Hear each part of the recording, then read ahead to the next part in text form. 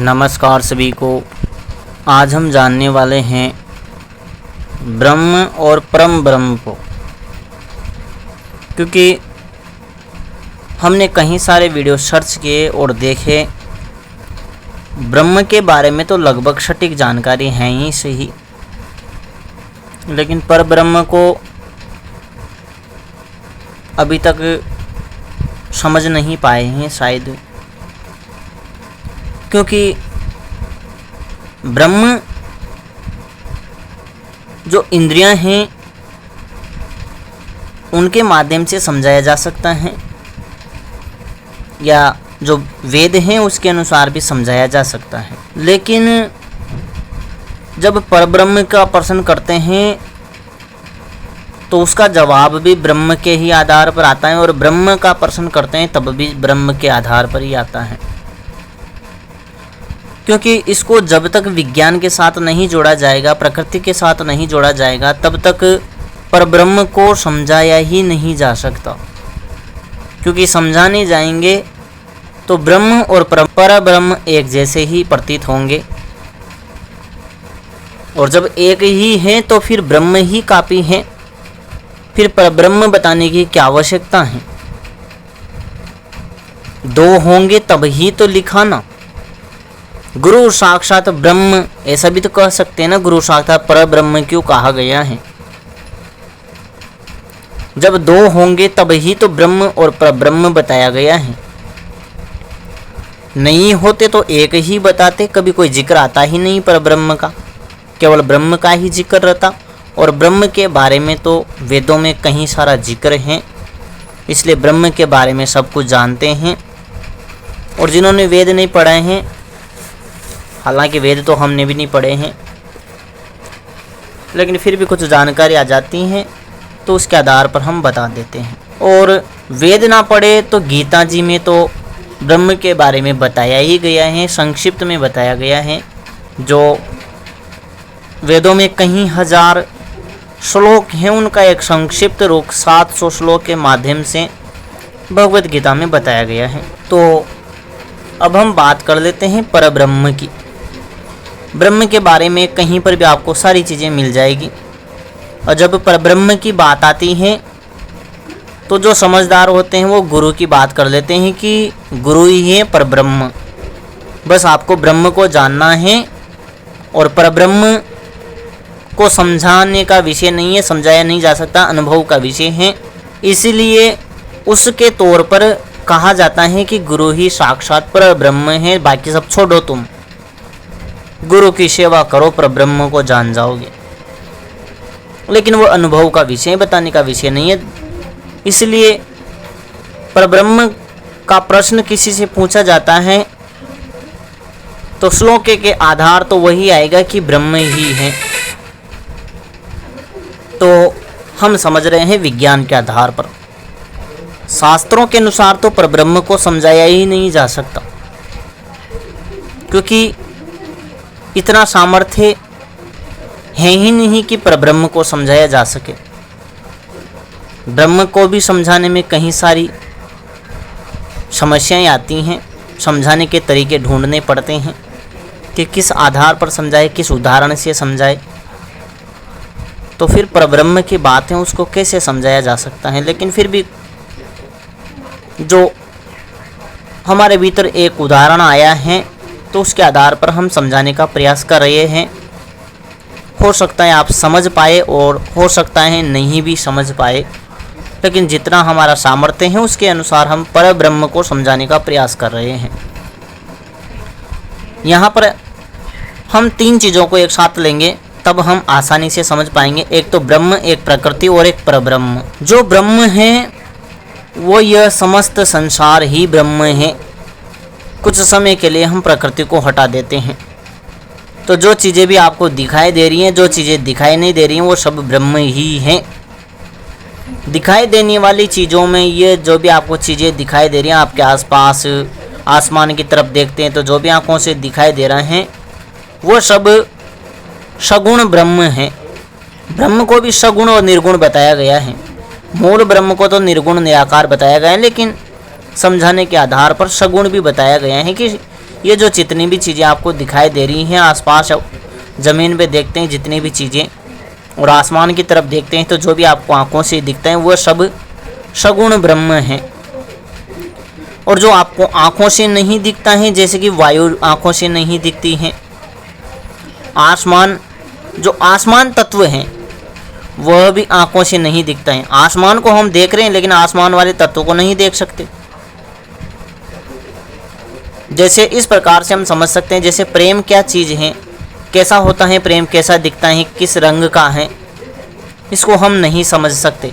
गुस्सा कैसा होता है, किस कलर का होता है, हालांकि एनर्जी का कलर बताया जा सकता है लेकिन गुस्से का कलर कैसा होता है, चिड़चिड़ाहट का कलर कैसा होता है, घबराहट का कलर कैसा होता है, ये कुछ चीज़ें हैं जो निराकार हैं, इनका कोई आकार नहीं है।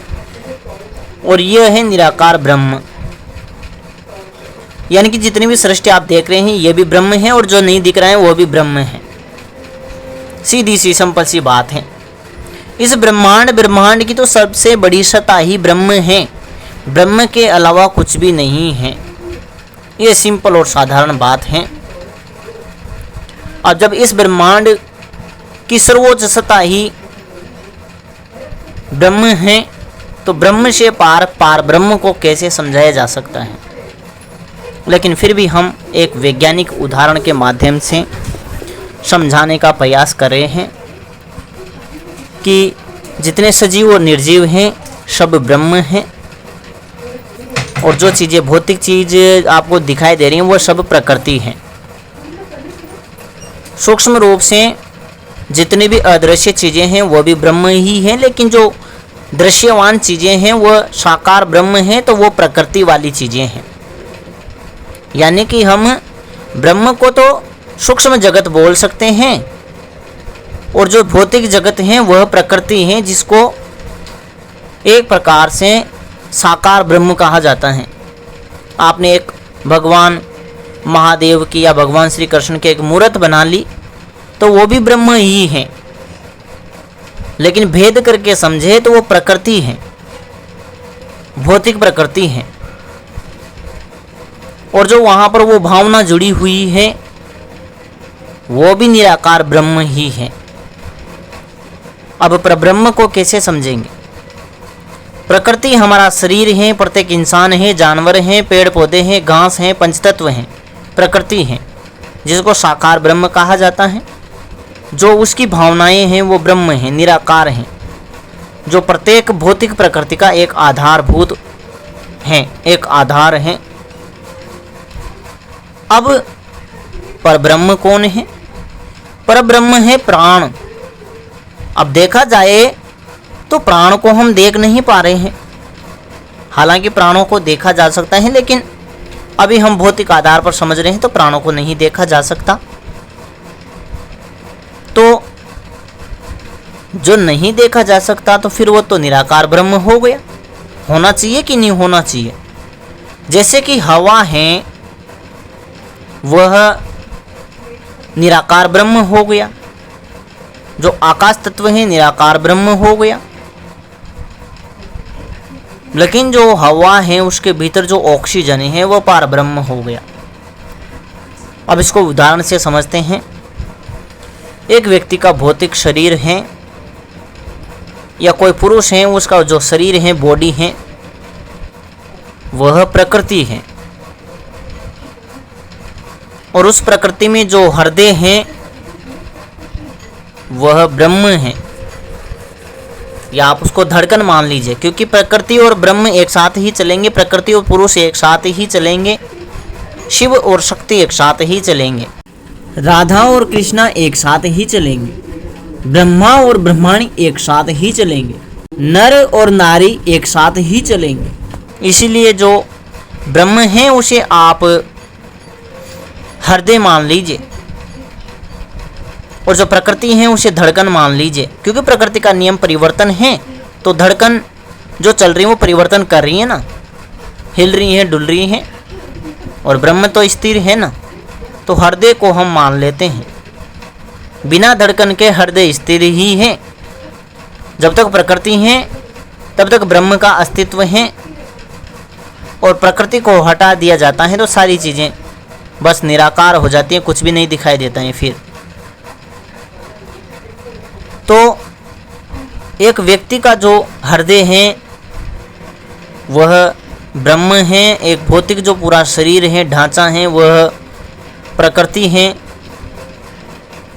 और जो परब्रह्म है वह ऑक्सीजन है। यानी कि आप अगर धड़कन को रोक दो, प्रकृति को हटा दो, तब भी शरीर नष्ट हो जाएगा, व्यक्ति मर जाएगा। ऑक्सीजन को हटा दो यानी कि परब्रह्म को हटा दो या प्राणों को हटा दो, तब भी व्यक्ति मर जाएगा। हृदय को हटा दो तो व्यक्ति जीवित रह सकता है, बिना हृदय के भी व्यक्ति जीवित रह सकता है, लेकिन उस धड़कन को हटा दे तो व्यक्ति मर जाएगा। जब हृदय शरीर में है तब उस धड़कन को हटा दे तो व्यक्ति मर जाएगा, लेकिन हृदय को हटा दो, धड़कन को चालू रहने दो तो व्यक्ति जीवित रहेगा।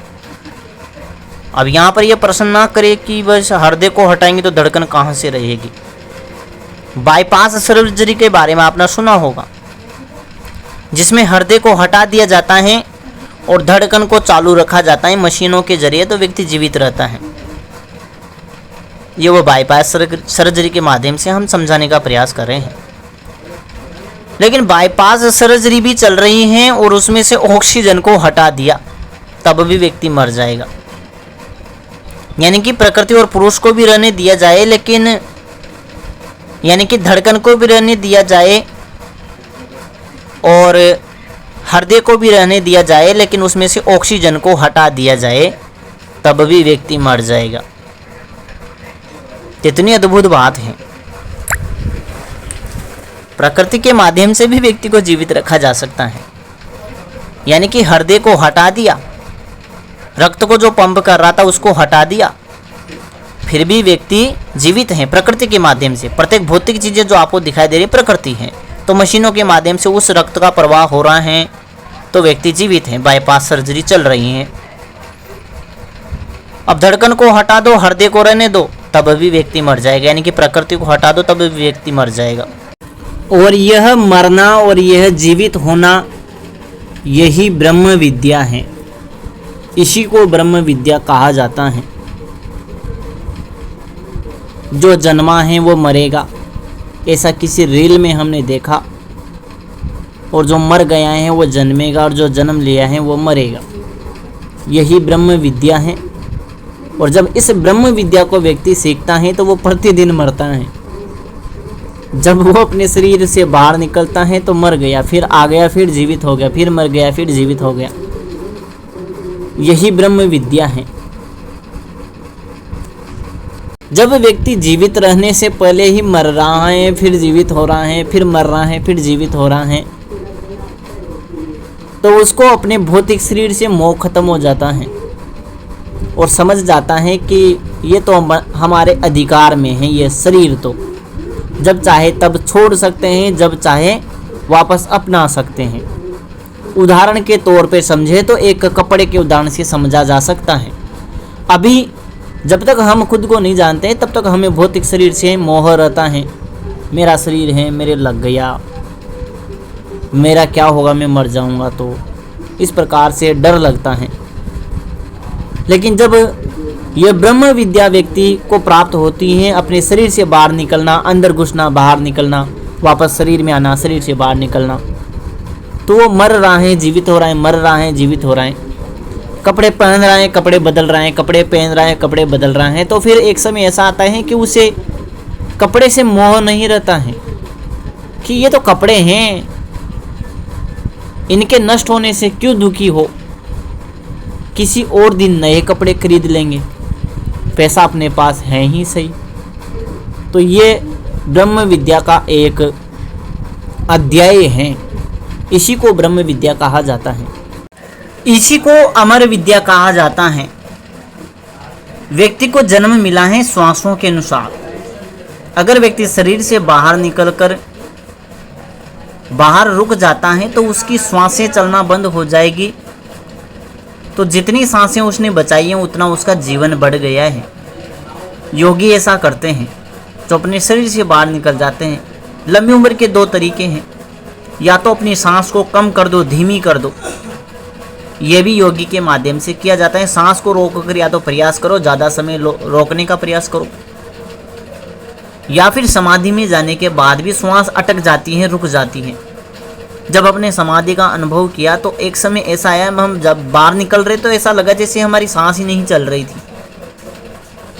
यानी कि समाधि में जाकर के, समाधि में जाने के बाद सांस भी रुक जाती है, समय और स्थान से व्यक्ति परे हो जाता है, उसको पराशक्ति संभाल लेती है। और जब इसी पराशक्ति के माध्यम से व्यक्ति शरीर को चलाने लग जाता है तो वह 1000 साल भी जीवित रह सकता है, अपने शरीर को जीवित रख सकता है। लेकिन इसके अलावा भी उसको कई सारी चीज़ें करनी पड़ती हैं। अपने शरीर की उम्र को कम करने के लिए महामृत्युंजय को करना पड़ता है, सिद्ध करना पड़ता है।